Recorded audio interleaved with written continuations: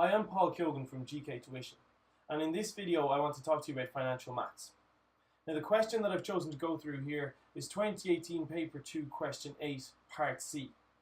In this question we're talking about a company's retirement plan. If you retire from this company, the day that you retire you get €20,000. The following year you get €20,000 plus 1%. The following year you get 1% on that again, 1% on that again. And this happens every year for the next 25 years. We're told that AER is 2.4%. And we're asked to work out how much money does the company need to set aside on the day that you retire so that they can pay you that money on the day you retire and then for the next 25 years. So in this case, you should think about this. This is the formula that's relevant. I'm trying to work out how much money, let's say that I'm retiring today. I'm 70 years old and I'm going to retire today. So the company that hires me needs to figure out how much money do we need to set aside so that we can pay Paul €20,000 today and then whatever amount of money every year for the next 25 years. So how much money do I need at present in order to accommodate for a future value of 20,000 or 20,000 and something. So I need to work out the present value of future payments. How much money do they need today so that they can pay me in the future, so that they can pay me in 20 years?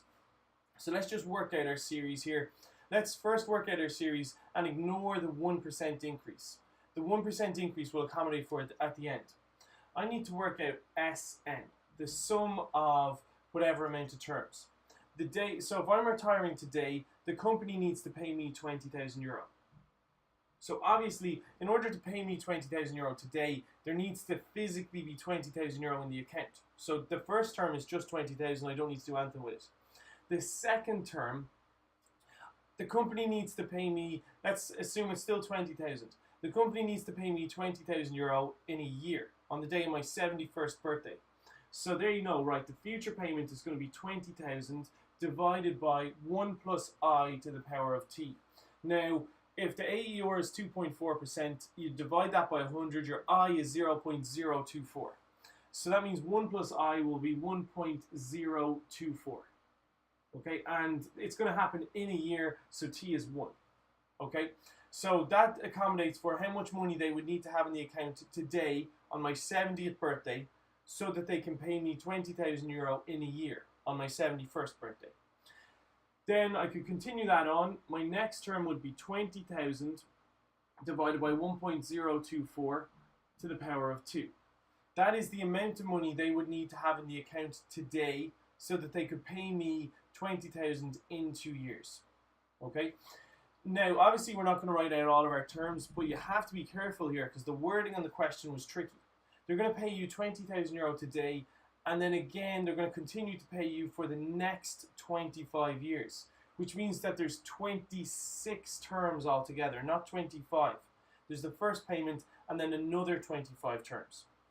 So the first payment, what you could view this as 1.024 over 0.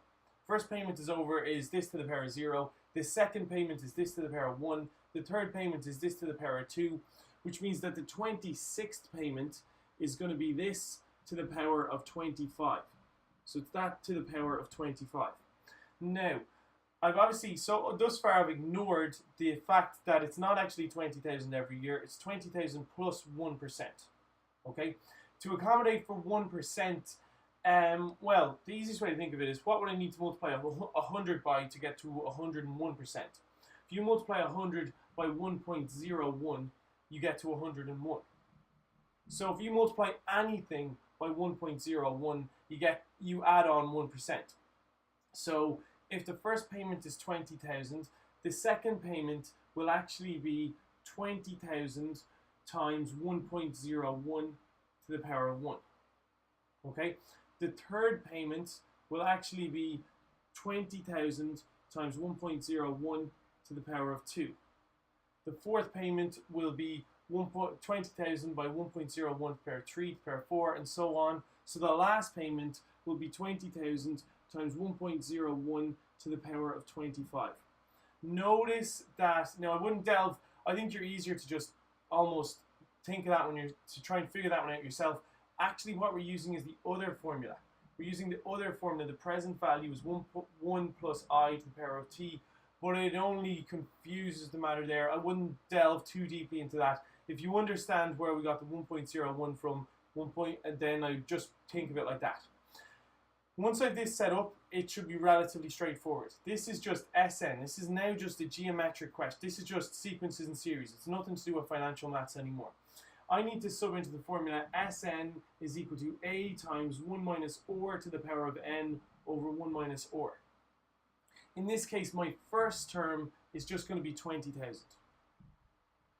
My common ratio, is any term divided by the previous term. Usually, when you're dealing with these sequences, your common ratio is just 1 over 1.024. It's just 1 over the interest rate. However, this one is slightly different, and you could work them out. Any term divided by the previous term. In this case, it's going to be 1.01 over 1.024. My n in this case, and I think this is the trickiest part of the whole question, my n is 26. So I'm getting paid 20 grand on my birthday the day I retire. Not on my birthday, the day I retire, and then I'm getting paid a little bit more for another 25 years. So n is 26. So I know my A, I know my OR, I know my N. Now you can just sub into your formula and get your Sn. So I want you to work that out before we continue it on. Okay, so once we've got that, once we've identified our A, our OR, and our N, it's relatively straightforward. I just sub into Sn, and my value works out as 440,132.40. That's the amount of money the company would need to have on the day of my retirement so that they could pay me my pension over the next 25 years, the next 26 years. Now, I hope that video makes sense. If there's anything there you want me to clarify or you're unsure of, then as always, make sure you let me know in class or send me an email and I'll try and explain it a little bit differently.